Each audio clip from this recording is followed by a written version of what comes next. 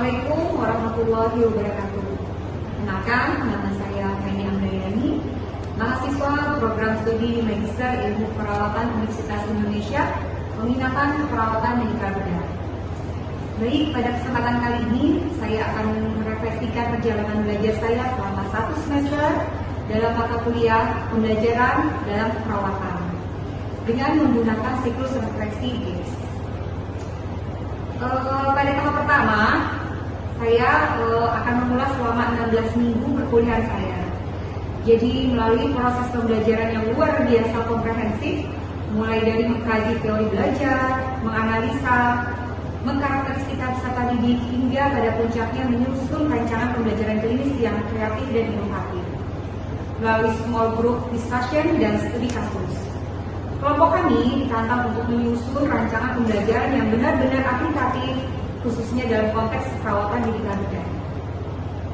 Kemudian di tahap 2, jujur pada awalnya saya merasa cukup kewalahan karena mulai berusaha untuk menggeser mindset dari seorang perawat klinis KMB yang terbiasa dengan fokus pada aspek perawatan pasien menjadi seorang pemikir di balik layar. Sebuah kurikulum pendidikan yang adalah merupakan tantangan besar untuk kita semua. Ketika pertama kali kami mendalami konsep tentang outcome based education dan interprofessional education, awalnya kita sempat ragu. Namun seiring berjalannya diskusi kelompok, keraguan itu mulai berubah menjadi rasa antusias yang besar.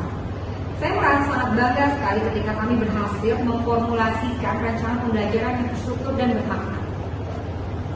Selanjutnya pada tahap 3, yang merupakan evaluasi, hal yang paling bernilai dari pengalaman ini adalah kolaborasi dan pemahaman yang lebih dalam tentang orang dewasa sebagai pembelajar.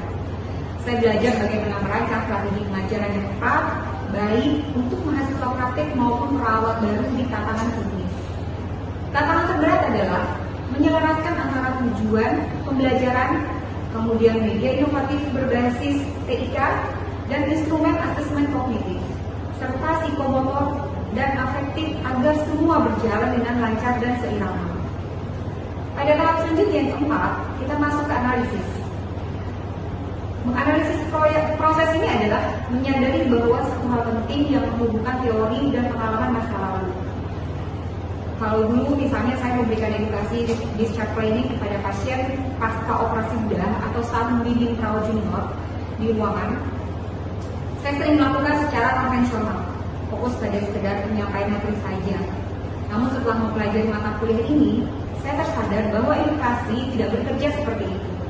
Mengacu pada buku Teaching in Nursing oleh Billings dan Hertzfeld tahun 2020 yang menjadi literatur wajib kita, peran edukator adalah memfasilitasi experimental learning. Jadi bukan hanya sekedar transfer ilmu, terlebih lagi asuhan pasien medikal bedah sangat kompleks dan membutuhkan pendekatan interprofesional kolaborasi.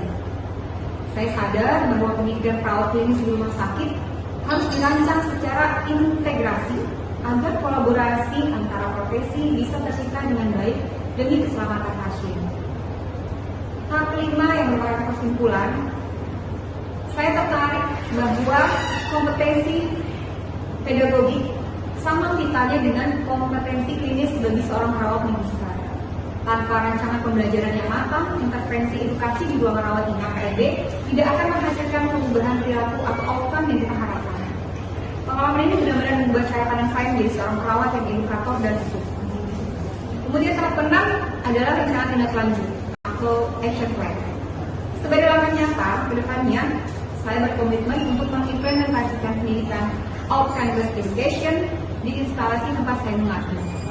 Saya akan mulai dengan menyusun modul pengajaran yang inovatif, klinis, dan peka budaya, serta berbasis bukti untuk perawat baru di ruangan rawat inap bedah, khususnya medikal bedah. Selain itu, saya akan mengintegrasikan media pembelajaran medikal inovatif agar proses transfer kompetensi menjadi lebih interaktif dan menyenangkan. Terakhir, terima kasih yang sebesar-besarnya kepada Profesor Dr. Eni Noviasari, kemudian selaku koordinator mata kuliah, lalu ada Ibu Dewi Erawati, MA, PhD, selaku fasilitator hebat di kelas KMB, serta seluruh tim dosen pengampu. Terima kasih telah sabar memfasilitasi transformasi cara berpikir kami, dan sampai jumpa di perjalanan keperawatan selanjutnya. Terima kasih.